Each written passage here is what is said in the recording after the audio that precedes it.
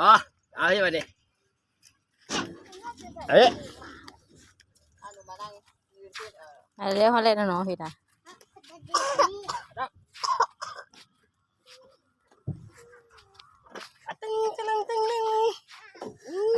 เดี๋ยวเบิ้งอีดาคือทั้งหุ่น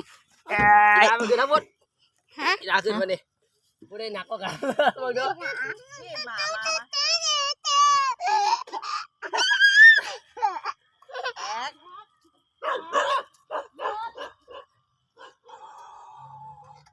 โดนนี่บ่ครับนี่บ่ครับอ๋ออยู่บ้านสวรรค์นี่แหละจ้ะแขกโบแม่เบิกสิมาเฮ้ยทำไปเก่ง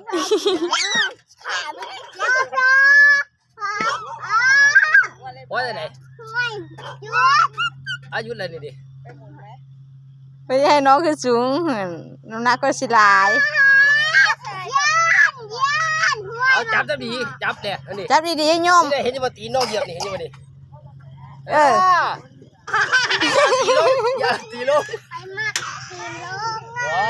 โอ้เปลี่ยนอันลูกมาเปลี่ยนมาพี่ตัวพี่โอ้ตัวนั้นคือบ่มีนะเอาตัวนี้ละมันบ่มีนะจับน้องเลยเอาจับนั่งอยู่หั่นละนู่นนี่ไม่รู้จักเด้นั่งนู่นนั่นไม่รู้จักเด้นู่นนี่พอดีเลยพ่อเดี๋ยวเฮ็ดทางอีดาสูงต้องเฮ็ดทางบักนั้นสูงบักนั้นมากทั้งสูงคุณ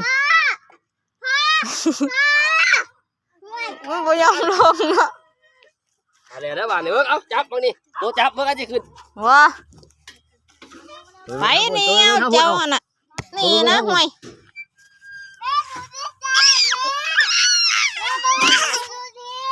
เอา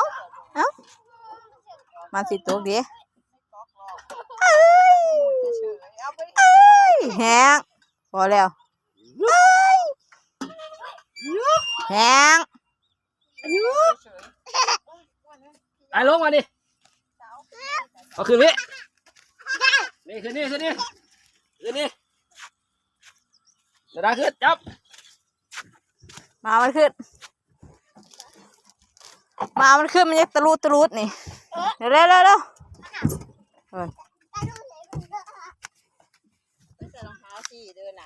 เอาตัวลูกลงไปขึ้นบันไดเป็นบันไดดูนี่ให้น้องออกก่อนเด้อเอาน้องออกก่อนเปลี่ยนกันแฮะเอามากินเมื่อยงานโอ้วันนี้จะขึ้นนี่มาดิเอาขึ้นทุกอย่างเอาอันนี้ทุกอย่างจับอันเล่อันอัดยายทำไมคือปิดโทรศัพท์ยายปิดโทรศัพท์ทำไมมันหนักพี่เฮ้ยมันหมุนพี่เฮ้ยมันหมุน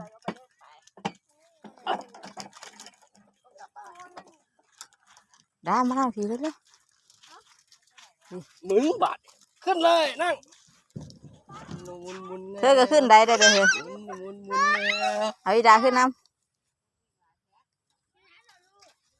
วินได้ลูก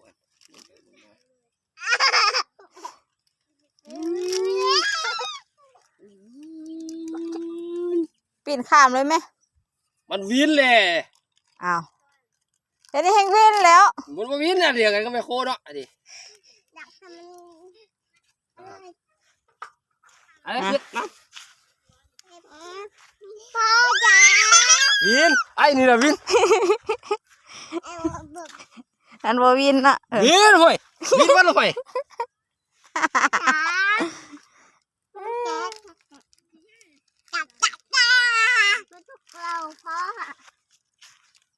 ไปเดี๋ยวพอละเมื่อบุญดาขึ้นไปขึ้นอันนั้นบุญดาเร็วๆแฮะเอาเขาขึ้นอันนั้นมือนี่เล่นมาเนี่ยเล่นครบทุกอย่างแหละเมื่อบ้าน ากคืออันนี้ ไปขึ้นน้ำน้องผุนแม่ถ่ายอันคลิปให้เร็ว รักคืออะไรบอก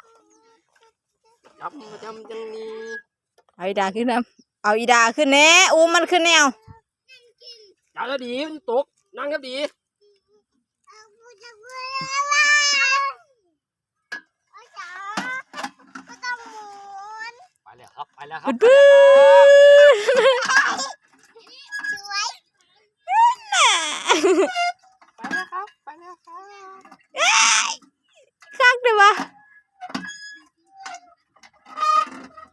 เฮ้ยวิ่งเลยเว้ยวิ่งเลยเว้ยโอ้ไปเมื่อไปแล้ว ปล่อยมันสักก่อนมันสิขึ้นตัวใดปล่อยมันเลย เมื่อ